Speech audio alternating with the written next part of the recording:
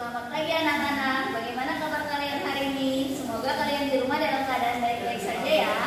Hari ini kita belajar bahasa Indonesia tentang karangan non-fiksi. Nah, bagaimana kalau kalian sudah siap mendengarkan penjelasan dari Ibu? Kita langsung saja ya. Sekarang kita akan membahas tentang karangan non-fiksi. Materinya ada di buku tema 5, halaman 40 dan halaman 54 sampai 55.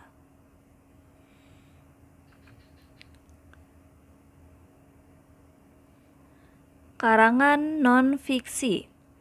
Karangan non-fiksi adalah karangan yang dibuat berdasarkan fakta, realita, atau hal-hal yang benar-benar terjadi dalam kehidupan sehari-hari.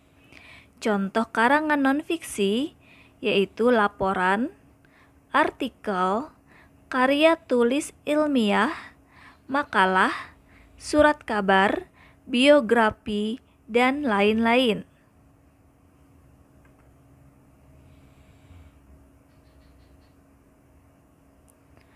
Jenis-jenis karangan non-fiksi. Yang pertama adalah non-fiksi murni.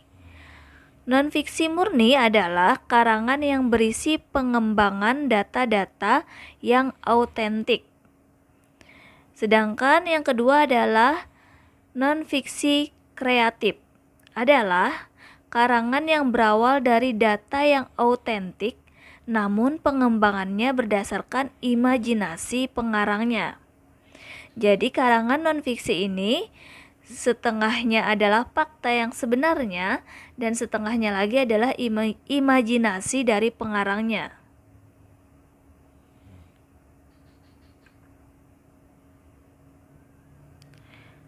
Ciri-ciri karangan non-fiksi. Yang pertama adalah biasanya berbentuk tulisan ilmiah, laporan, artikel, makalah, dan lain-lain. Yang kedua, menggugah pikiran pembaca dan bersifat faktual. Faktual itu artinya yang fakta atau yang sebenarnya ya. Yang ketiga, bahasa yang digunakan denotatif, tidak bermakna ganda.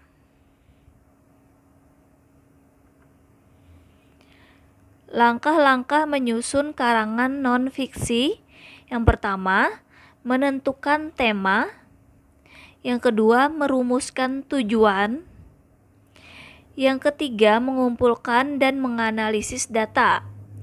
Mengumpulkan dan menganalisis data bisa diambil dari wawancara atau observasi. Dan juga bisa mengambil dari bahan-bahan buku yang lain ya. Yang keempat, menyusun kerangka. Yang kelima, menyusun kerangka tadi dalam bentuk paragraf.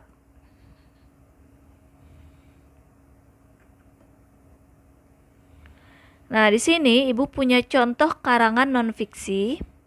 Kalian bisa lihat atau baca karangan non-fiksi ini di buku tema 5 halaman 40 ya. Contohnya bisa kalian baca di buku tema 5 halaman 40 tentang ekosistem sawah. Kemudian contoh karangan non-fiksi yang kedua, ini berjudul tentang metamorfosis katak. Dalam metamorfosisnya, katak mengalami 4 tahapan, yaitu bertelur, kecebong atau berudu, katak muda, dan katak dewasa. Telur katak biasanya diletakkan di dekat air. Setelah katak betina meletakkan gumpalan telurnya, katak jantan akan melepaskan sperma pada telurnya untuk membuahi telur-telur tersebut.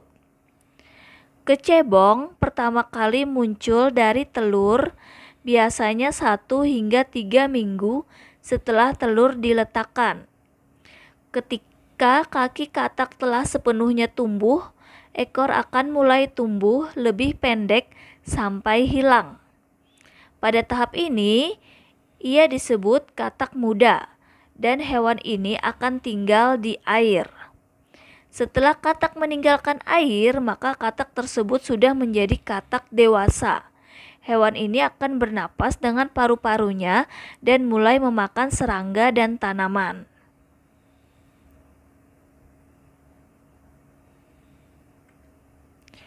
Nah, tugas kalian hari ini, Ibu minta kalian membuat sebuah karangan non-fiksi tentang metamorfosis sempurna atau tidak sempurna salah satu hewan.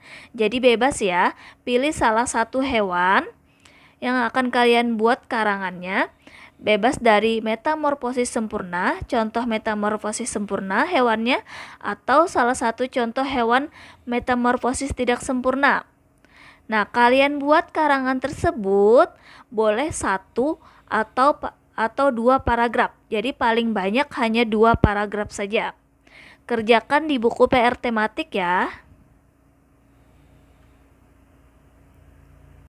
Nah, bagaimana anak-anak? Apakah kalian sudah memahami penjelasan Ibu hari ini? Semoga kalian bisa mengerjakan tugas-tugas dari Ibu dengan mudah